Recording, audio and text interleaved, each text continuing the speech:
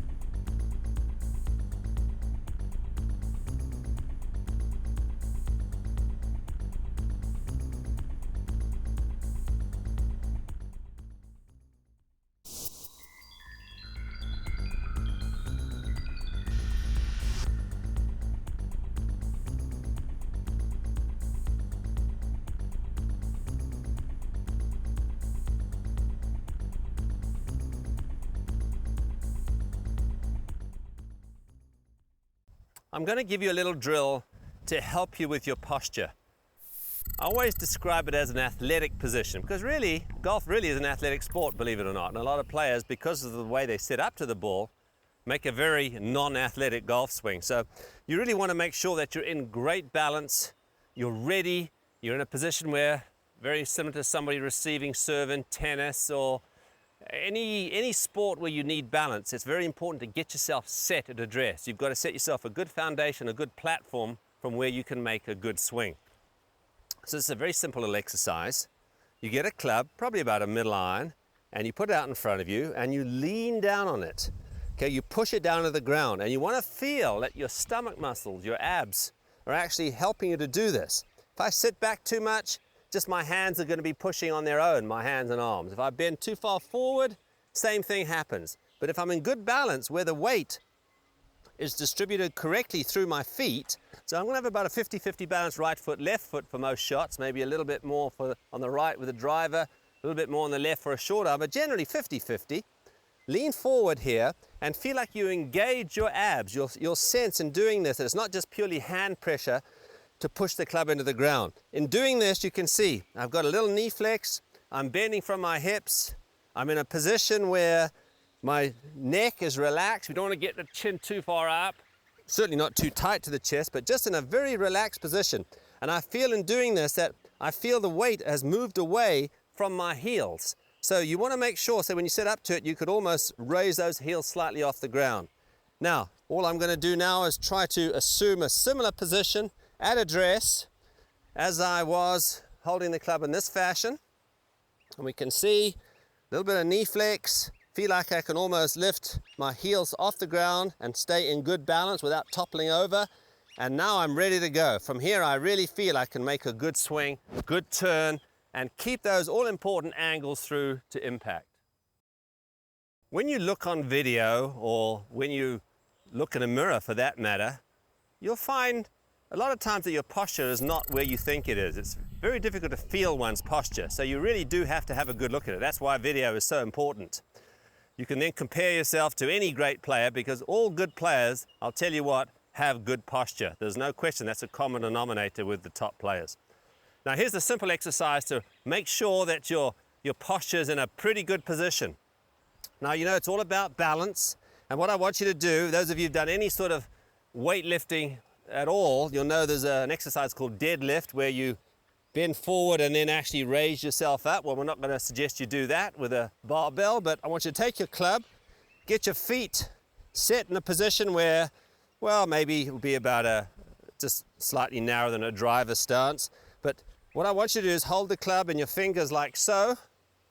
Flex your knees, get right down, really sit down on your haunches. Okay, feel the flex in the knees. Feel the balance of the club here. Not your arms shouldn't be out here.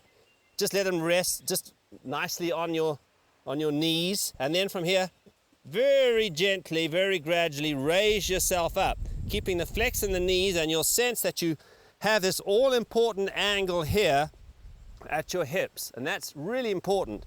See, so many golfers who are out of position here or here.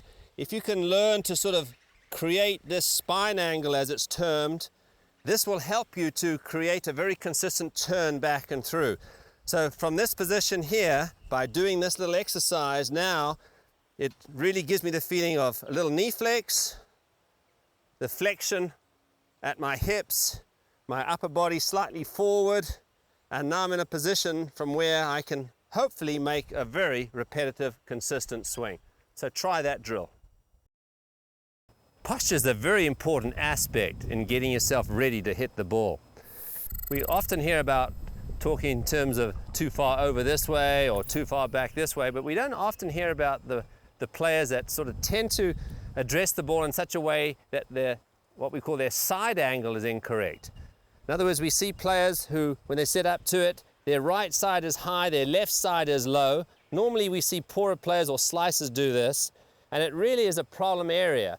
Because they say if you get into this position, you're totally off balance. Conversely, we see some better players who get their right side way too low and their left side way too high. So now they're tilted back behind the ball. So people who hook the ball a lot, this generally is the position they get into. So this is two areas that we really need to look at in the golf swing.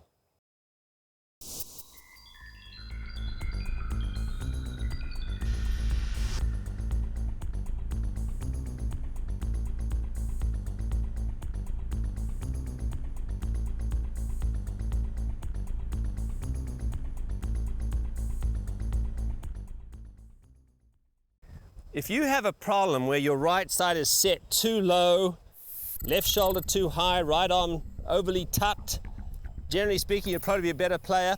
Here's a little drill to help you to get out of that problem and to get into a more level position, to help you get more on top of the ball and to get the club traveling squarely down the target line. What I'd like you to do is to take your grip, but this time grip it cross-handed. In other words, put your left hand below your right. Don't want you to hit balls like this, but set up to it. Left hand below the right. See automatically what that does. It elevates the right shoulder, lowers the left shoulder, gets everything a lot squarer as opposed to this. And now we're in a position where if we swap the hands around and maintain that same feel that you had with a cross-handed grip, you should really be in the position where now you feel like you're leaning a little more to the left as opposed to the right, but it really will get you more on top of the ball through impact and help you to get the club moving squarely down the target line.